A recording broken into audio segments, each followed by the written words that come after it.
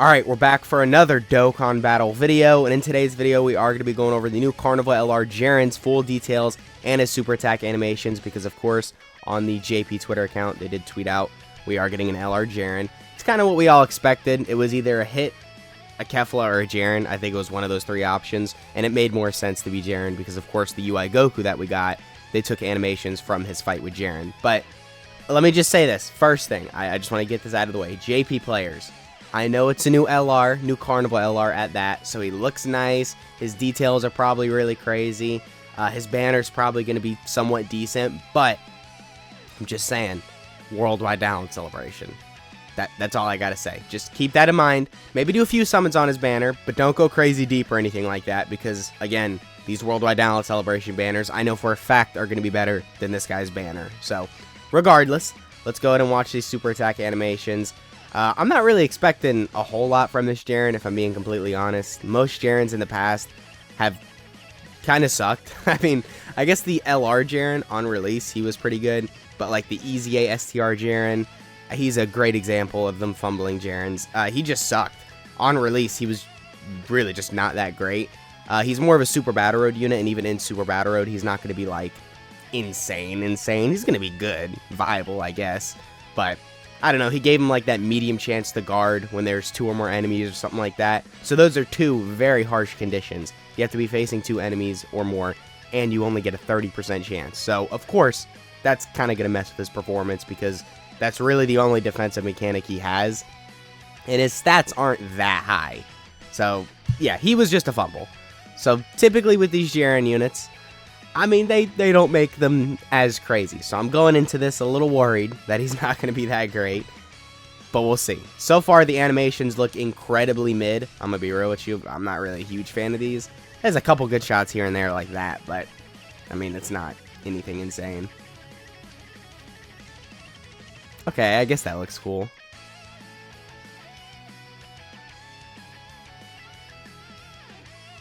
Alright, yeah, his animations definitely get better once you transform, but I don't know. Is that just me? These just look a little funky. I don't know. Let me know in the comments how you guys are feeling about the Jiren's animations. I'm not saying they're necessarily bad. I think they're still Carnival LR worthy. Well, I don't know. I would say these are like normal LR, like worthy, I guess. Like I wouldn't say that's worth a Carnival LR, but still. Not horrible animations, right? I'll just say that. Now, to go ahead and get into the details, shout out to Luca Dokkan for doing these translations. I don't think he normally does them, but this time he definitely hooked me up. We got LR AGL Jiren, so he has AGL. His leader skill is Universe 11, category key +4, and HP and attack and defense +200%, or Universe Survival Saga, category key +3, HP and attack and defense +200%. Okay, so now we're starting to get into these 2 categories under a 200% lead for these Carnival LRs. It's not just one. That says a lot for the future. If we're getting these Carnival LRs that have 2 categories on their leader skill that they give a 200% buff to, that makes them a lot better. Because one of the main reasons Dokkan Fest LRs are typically better is because in their leader skill, it's 2 or 3 categories compared to the Carnival LRs just 1 category. So when team building, it's a lot easier to use a Dokkan Fest LR compared to a Carnival LR. But with this now, I don't know, man, because you don't got to worry about going through the extra hoops for the 30% extra stats to get the 200% buff. So this is pretty valuable if they're going to start doing 2 leader skills for these Carnival LRs, or 2 categories in their leader skill for the Carnival LRs. So anyway, not the craziest leader skill here because it's Universe 11 and Universe Survival Saga, but in the future, this could lead to some pretty crazy leader skills. Super attack effect on his 12 key is that he raises attack and defense for 1 turn, causes colossal damage to enemy. 18 key, greatly raises attack and defense, causes mega colossal damage to enemy, high chance to stun. Very basic super attack effects, but also very good, right? Just 30% on 12 key, 50% on 18 key. Usually works out pretty well. His passive is that he gets 8 key, 350% to stats. Okay, that's pretty good. That combined with, 30% to stats on 12 key and 50% on 18 key. If this guy has built-in additionals, the stats are going to get very high post-super. From the first turn, since appearing, he nullifies one of the target enemy's actions once only. Okay, so turn 1, the very first attack, he's going to be nullifying. I guess that's pretty good. He gets 50% damage reduction, no restrictions. Okay, that's really good. an additional 50% to stats when attacking, an additional 100% attack, and a great chance to crit, an 11% damage reduction as the second or third attacker. Okay. So, yeah, for the first couple turns, you're going to want to throw him in slot 2. I guess just so he has the 61% damage reduction, let him super, and then he's got that damage reduction alongside reasonably high defense because obviously the stats he gets on super, and then also this guy's getting another 50% to stats when attacking from his passive. So yeah, in slot 2 and 3, this guy's going to be insane. But then I think now, yeah, he does the standby. Okay, so it's not a transformation.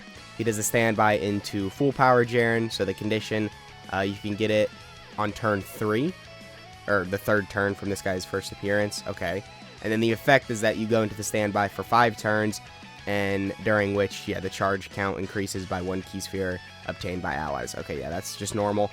So his passive, he's unable to attack. Okay, that kind of sucks.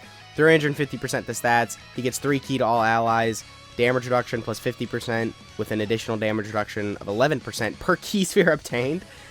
Okay. So he's going to be good defensively. I mean, all you need is a couple key spheres with him, and then he's basically at, like, nearly 100% damage reduction. So that's going to be very good. He gets an additional 100% defense when receiving an attack, randomly changes non-key spheres into key spheres? I'm assuming that's rainbow key spheres. So he's a rainbow orb changer. If not, if it's something different than what I'm assuming, that's still good, because just orb changing in general with this guy, you know, he's going to be getting 11% damage reduction per key sphere obtained. That's really crazy. He gets 70% to stats to all other allies for 2 turns when this character obtains key spheres as the second or third attacker. Okay, I mean, that's a good support, too. I don't know. So far, this guy's looking really good. I mean, in base, or pre-standby, you might struggle a little, I guess, but most of the time, this guy's going to be looking pretty good. So then once you go into the standby, now his super attack effect on his 12 key, 50% to stats, colossal damage, 18 key, 100% to stats, mega colossal damage, then a guaranteed stun. Not that this does much. By the time you get to standby, you're probably not going to make a whole lot of use out of the guaranteed stun, but still, 100% to attack. Oh, and then my bad, it's just 30% defense. Okay, I just read it as 100% attack and defense, but only 30% defense. Not that that's bad, though. Still, that's reasonably good. And then if this guy's doing additionals, his damage is going to ramp up very quickly because of this. His passive, 11 key, 400% to stats, and then 60% damage reduction. Okay. I would say that's pretty good. 400% to stats. I just want to put this in perspective for you guys. That's very, very high. This guy is a Carnival LR, so he's going to have reasonably high stats just to start with. I guess actually we can look right here. So yeah, 9,125 defense. That's pretty good. His HP, well, it's kind of normal stats if I'm being completely honest. So not insane stats, but still reasonably good stats. And alongside a 400% attack and defense buff and 60% damage reduction and good super attack effects. Yeah, this guy's stats, it's going to be looking pretty crazy. And then from the first turn since appearing, he foresees the enemy's super attacks and gets an additional 11% damage reduction. So on that first turn, it's 71% damage reduction. And you've got a Scouter. He gets 111% the stats when attacking, a great chance to perform a critical hit, and an additional 11% chance to crit per super attack launched.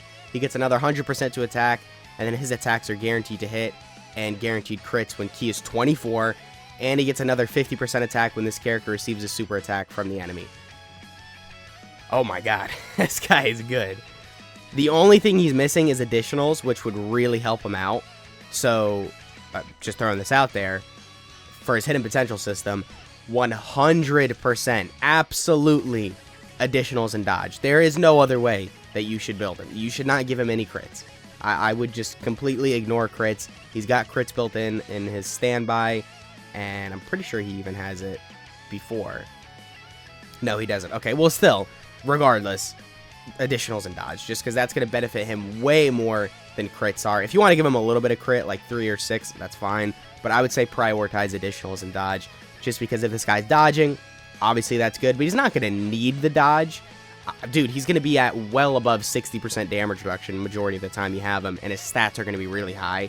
So I don't really think you need to prioritize dodge. You can if you want. I mean, you could make a case with any unit to prioritize dodge, but I would say with this guy, additionals and a little bit of dodge, or a little bit of additionals, mainly dodge, whatever you want to do there, but additionals and dodge is mainly what I would do. So anyway, I guess that's been the video. Yeah, overall, this guy is very good, but like I said, JP players, we just have more interesting stuff on the way. Of course, there's Worldwide Download Celebration right around the corner, so I would say mainly just save for that. If you're a big fan of Jiren, I understand why you'd want to summon, but you got to understand the banner, this guy's banner, the value it's going to have compared to Worldwide, it's just not going to be as much. So I think what I would do if I really wanted Jiren, I would probably skip his banner.